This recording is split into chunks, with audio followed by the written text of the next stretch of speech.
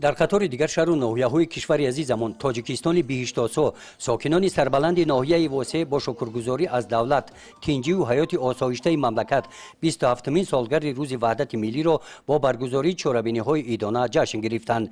در این روز مبارک و خاطرمان و مقدس در دهه استقلال دهات به نام عبدی عوض دو عدد انشاءات اهمیت اجتماعی داشته بنای مرکز سلامتی و کتابخانه دهاتی مورد بهره برداری قرار داده شدند. انشاءات‌های مذکور در پیگیری به سیاست بنیادکارانه پیشوای ملت پرزیدنت جمهوری تاجیکستان محترم امامعلی رحمان با پیشنهاد مقامات اجرایی حاکمیت دولتی ناحیه و دستگیری ساکنان دهه عملی گردیدند. در این روز همچنین در دهه جوریز همین دهات برای آسان گردانیدن مشکلات ساکنان دهات نقطه پخت و پز نانهای ملی و مرکز خدمت رسانی مورد استفاده قرار گرفت.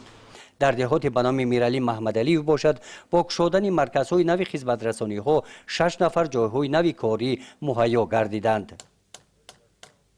در این روز خاطرمان یکی از محله‌های نوبنیاد در شهر کیهلبوک به نام رحمانوف قربانعلی یکی از چهره‌های نمایان دوران صاحب استقلالی کشور میباشند نامگذاری گردیده رقمگذاری منزل‌های استقامتی در محیط عیدانه آغاز یافت.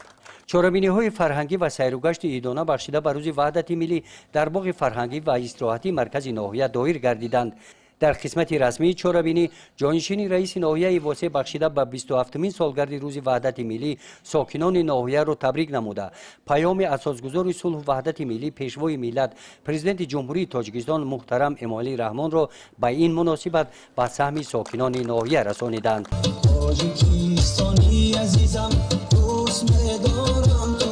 در قسمت فرهنگی چهاربینی کارمندان بخش فرهنگ ناحیه با برنامه عیدانه کنسرتی ترنمگری وحدت و یگانگی خاطر اشتراکچیان چهاربینی را شاد گردانیدند.